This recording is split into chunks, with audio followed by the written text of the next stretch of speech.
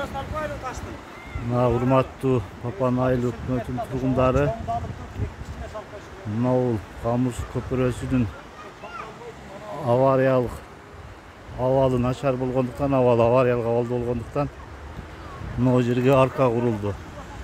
15 тонналык өйдө көтөрө албай турган көпүрө деп МЧС кортун чыгарып келди. Мына көпүрөнүн абалы түгү дагы ушундай. Ошондуктан мына арка курулду. Хоо минген балдар, силерден сураныч. Бул жака келип убара болбоңуздар. Эгерде келип алсаңыздар арка кайтасыздар. Бекер эле соляркага күйүп. Ош жактан келсеңер Күмбөзгө кайтасыңар. Кычалай жактан келсеңер Аты көпүрөсүнө кайра кайтасыңар. Себеби көпүрөбүз авариялык абалда биринчиден, экинчиден жолубуз жаңы асфальт болду. Билесиздер, мамлекеттин эсебинен 36 миллион сомдук 5 километр жол курулду. Мамлекет кайра эле бизге жол салып бере бербейт.